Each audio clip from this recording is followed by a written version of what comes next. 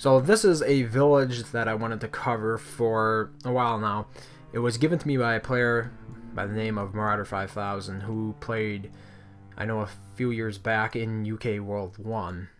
And he was a very good player. I don't know his fighting skills firsthand, but he seemed to be very prominent on the world stage, you could say.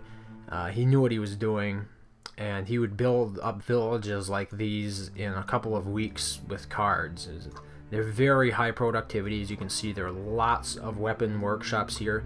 You have lots of stone production, iron production, and wood production, and it uses both food and ale as well. Now you'll notice there's only one food type, and that is, so you basically have massive production of meat.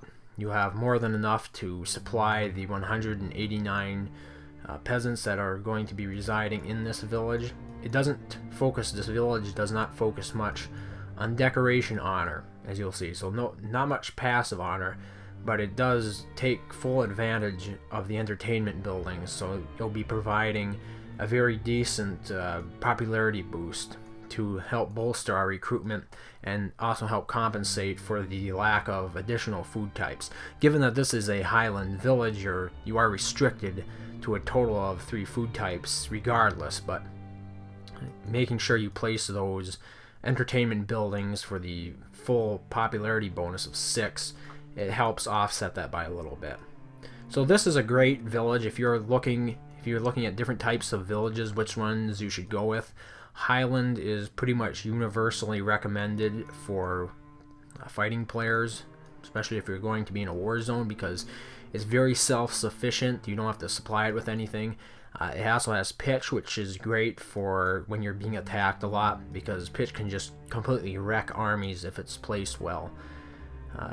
Now you'll notice that there are a few buildings missing, and that is because I actually haven't been playing much on this world for the past year, so there have been the inevitable AI ransacks of this village, and it has removed a few workshops, a few stone quarries, and other stuff.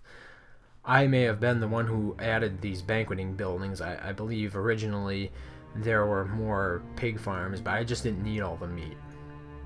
And it will depend greatly on how upgraded the guilds in your parish are. If you have them maxed out for meat, for example, you're not going to need as many to sustain ×4 rations for 189 peasants, but if you don't, you might have to build a few more. So you have some flexibility there. Of course, there are a lot of markets, so you can easily mass sell. Send off all your troops to a vassal. You hire a whole bunch of merchants and then mass sell, and then later you recruit the troops back. So it's a very self-sufficient village. It is a Highland, and although this could definitely use some optimization, I think this gives you some idea of the great potential that a Highland village really has, and why it remains to this day the favorite of fighting players the world over. I prefer it myself because it is very self-sufficient, which also means it is very low maintenance, and I'm more of a passive player, so low maintenance is always good in my book.